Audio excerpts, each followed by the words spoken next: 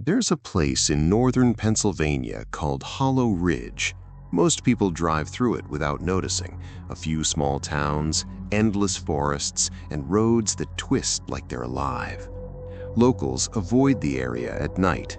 They say Hollow Ridge isn't just woods, it's a place that keeps secrets and sometimes people. In October 2014, Tyler Reed, a 25-year-old photographer from Pittsburgh, decided to spend a weekend in Hollow Ridge. He didn't believe in local legends. His plan was simple: rent a cabin, take photos of the fall foliage, and get away from the city. Nothing more. He drove along the narrow, winding roads until he reached the cabin he had rented online. It was isolated, no neighbors for miles, surrounded by trees that seemed older than the mountains themselves. The owner, an elderly man with a crooked smile, handed him the keys and warned, "Stay inside after dark. Don't wander. The woods, they don't like strangers." Tyler laughed. He wasn't scared. He set up his camera, unpacked, and watched the sun dip behind the mountains. By 7 p.m., darkness had swallowed the forest.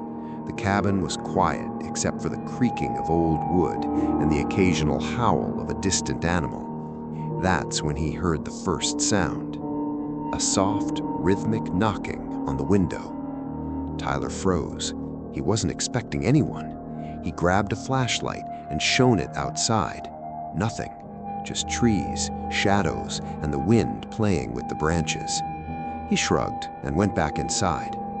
Hours later, while editing photos on his laptop, he noticed something strange. In every picture of the forest outside the cabin, there was a figure, a woman. She wasn't standing there when he took the photos. She had long, dark hair and pale skin, almost glowing in the dim light. But her eyes were hollow, black, empty. Tyler felt a chill. Maybe it was a trick of the light. He laughed nervously and closed the laptop. Around 2 a.m., he woke to a whisper. "Tyler." His heart skipped a beat. That wasn't the wind. That was a voice, soft, pleading, coming from the cabin itself. He checked the rooms. Nothing. The whisper whispered again, closer this time. "Tyler, come outside." Against his better judgment, he grabbed his flashlight and stepped onto the porch. The forest stretched endlessly into darkness. The figure from the photos stood at the edge of the tree line, staring at him. Her mouth didn't move, but he could hear her calling his name. "Who are you?" Tyler shouted. No answer, only the rustling of leaves, like the trees themselves were moving closer. Suddenly, the woman ran toward him, not walking, running. But when she crossed the light from his flashlight, her legs twisted unnaturally, bending like they didn't belong to a human.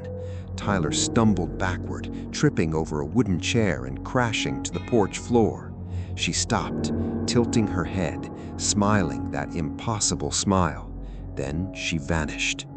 Tyler scrambled inside. He locked the doors and windows, but the whispers didn't stop. They came from every corner of the cabin, from the attic, from the basement, even from inside the walls. He ran to the car. He tried to start it. Dead. The keys wouldn't turn. Nothing worked. The engine refused to start. He slammed the steering wheel in frustration.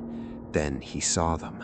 Eyes. Hundreds of them, glowing faintly in the darkness outside the cabin, surrounding him. They moved between the trees, just at the edge of vision, shapes that weren't quite human, limbs too long, bodies too thin. They watched, they waited. Tyler grabbed his camera, hoping to use the flash as a distraction. He snapped a picture. The light illuminated the forest briefly, and in that light, he saw the woman again, standing in the middle of the yard, holding something long and thin, a knife. Before he could react, the door slammed open.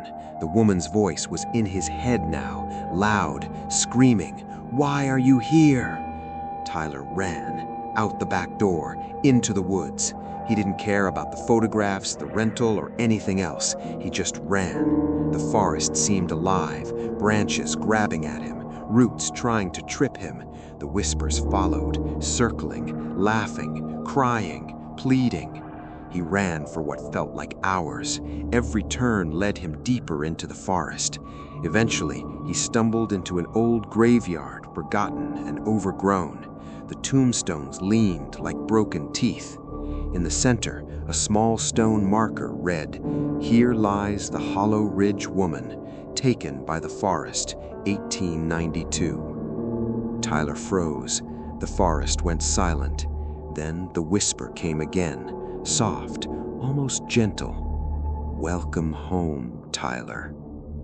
He didn't move. He never moved. The forest claimed him that night. The next morning, the cabin was empty. The car was gone. Only the camera remained on the porch, lying in the dirt.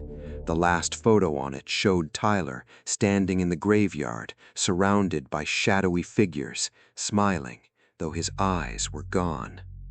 Locals say the forest waits. Hollow Ridge doesn't forget.